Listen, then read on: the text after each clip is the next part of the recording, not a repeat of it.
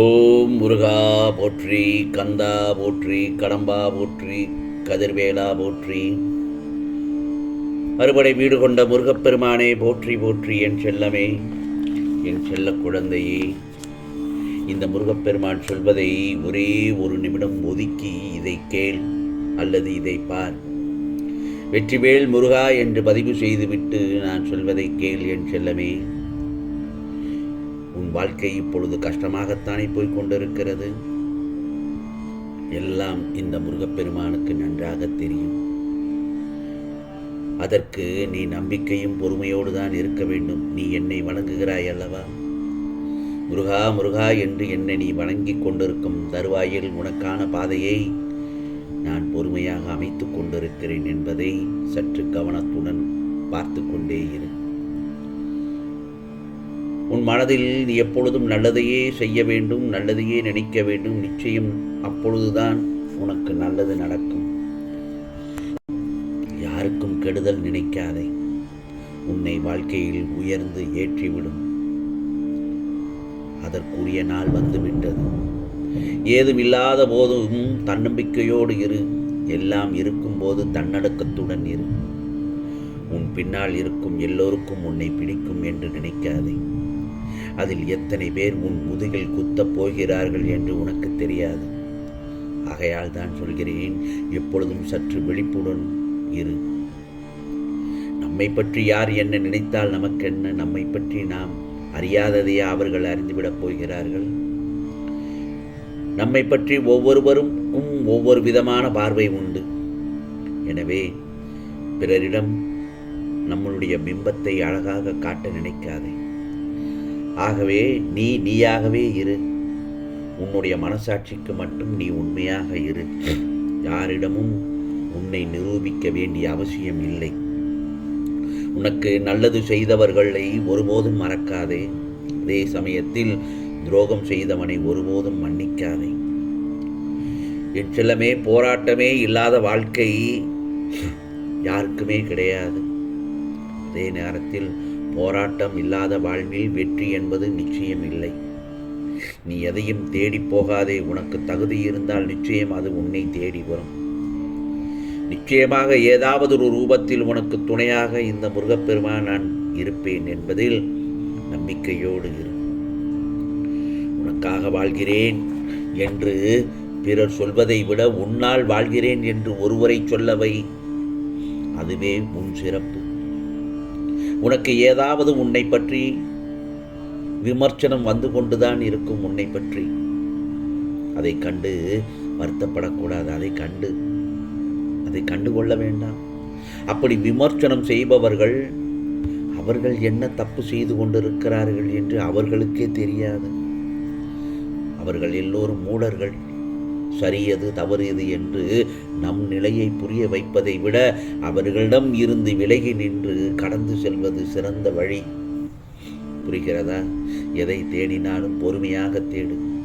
பொறாமையாக தேடாதே. உன் எண்ணமும் செயலும் நேர்மையாக இருந்தால் நீ வைக்கும் குறி யார் தடுத்தாலும் தப்பாது. கடவுள் கைவிட்டு விட்டதாக கவலைப்படாதே. கடைசியில் துரோகிகளை காட்டிக் கொடுப்பதே கடவுள்தான் என்பதையும் மறந்து விடாதே. புரிகிறதா என் செல்லமே? ஆகவே மனச்சுமையை இறக்கி வைக்க கற்றுக்கொள். உன் மனதை குடைவது எதுவானாலும் அதை உடனுக்குடன் பேசி வெளியேற்றிவிடு. மனதில் தேக்கி வைக்காதே. இல்லையென்றால் அது ஆழ் மனதில் தேங்கி உன்னை அதற்குள் மூழ்கடித்து விடும். உன்னை அதிகமாக காயப்படுத்தியவர் முன்பு கலங்காமல் புன்னகைக்க கற்றுக்கொள். அதுதான் அவர்களை கலங்கடிக்க நீ கொடுக்கும் மிகப்பெரிய தண்டனை. புரிகிறதா? இதுவரை உன்னுடன் இருப்பேன் என்றவர்கள் பாதியுடன் விட்டு சென்றபோது நான் உனக்கு துணையாக இருப்பேன் என்பதை மறந்து விடாதே. ஏன் பயப்படுகிறாய் என் செல்லமே? தைரியமாக இரு. என்னை விரும்பி என்னையே நம்பியிருக்கும் என் செல்ல பிள்ளைகளின் மீது எப்போதும் என் கவனமும் என்னுடைய கண்காணிப்பும் இருந்து கொண்டேதான் இருக்கும். ஆகவே இந்த முருகப்பெருமான் எப்போதும் என்னுடைய கண்காணிப்பும் உன் மீது இருந்து கொண்டேதான் இருக்கும். நீ என் சோதனைகளை வென்று விட்டாய். அதனால் இதோ நீ கேட்ட வரத்தை உனக்கு நான் அளிக்கப் போகிறேன் என் செல்லமே. நீ விரும்பியது உனக்கு இப்பொழுது நிச்சயமாக உன் கரங்களில் சேர்த்து விடுவேன். நான் ஒன்று சொல்லட்டுமா?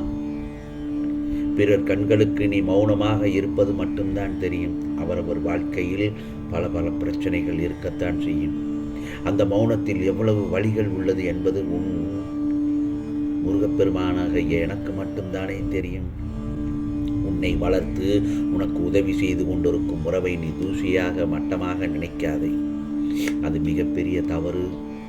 அவர்களை மதிக்க கற்றுக்கொள். நான் சொல்லித்தான் வந்த உறவல்ல அது. உனக்கு அருகில் இருந்து நேசிப்பது மட்டுமே அன்பு அல்ல. விலகி இருந்தாலும் துளி அளவு மாற்றமில்லாமல் நேசிப்பதே உண்மையான அன்பு. நீ உயிராய் நேசித்த உறவு, உன்னை விட்டு விலகிய உறவு உன் உண்மையான அன்பை உணர்ந்து உன்னிடமே மீண்டும் வந்து சேரப்போகிறது. இனிமேல் நீ எப்போதும் மகிழ்ச்சியாகத்தான் இருக்கப் போகிறாய் என் செல்லமே. நீ உயிராக மதித்து நேசித்தவர் உன் அருமையை புரிந்து கொண்டு வருகிறார். உனக்கு நான் பண்ண போகும் உதவி இதுதான். என்ன தெரியுமா? உனக்கான அழகிய வாழ்க்கையை உன்னை தேடி வரச் செய்ய போகிறேன். அதை நிராகரிக்காமல் பெற்றுக்கொள். அப்பொழுதுதான் உன் வாழ்க்கையில் நீ மகிழ்ச்சியாக இருப்பாய் என் செல்லமே. ஆகவே இன்றோடு உன் கஷ்டகாலம் எல்லாம் முடியப் போகிறது. இனி உன் வாழ்க்கை மங்களகரமாக அமையும்.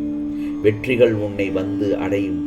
கடந்த பாதைகள் உன்னை கலங்க வைத்தாலும் இதோ அடுத்தடுத்து வரவிருக்கும் நல்லதொரு பாதைகள் உன்னை நல்லதொரு விதத்தில் வாழ வைக்கும். போதும், இதுவரை நீ பட்ட கஷ்டங்கள் எல்லாம் விலகி பிரகாசமான வாழ்க்கை அமையப் போகிறது. வாழ்க்கையில் எது நடந்தாலும் கவலைப்படாதே. முருகா முருகா என்று என் நாமத்தை மட்டும் சொல்லிக்கொண்டே இரு. நம்பிக்கை பொறுமையோடு இரு. அந்த சமயத்தில் எதையும் தாங்கும் சக்தி உனக்கு நிச்சயமாக கிடைக்கும். உன் மனம் வேதனையிலிருந்து விடுபடப் போகிறது. நிச்சயமாக இந்த நல்லதொரு நாளில் உனக்கு நல்லது நடக்கப் போகிறது. என்னை முழுமையாக நம்பு என் செல்லமே. சந்தோஷமாக இருப்பாய். இனிப்பான செய்தி உன் செவியில் சேர்ப்பேன். மனம் குளிர்வாய். நிச்சயமாக மனதை குளிரும் செய்தி, வேலை கிடைக்க உத்தரவு, திருமண பேச்சு, நல்ல உறவு, நல்ல வருகை. நிச்சயமாக உனக்கானதெல்லாம் நல்லது நடக்கும். நல்லது மட்டுமே நடக்கும். அதுவும் நன்மையாகவே இருக்கும். ஓம் சரவண பவ. ஓம் சரவண பவ. ஓம் சரவண பவ.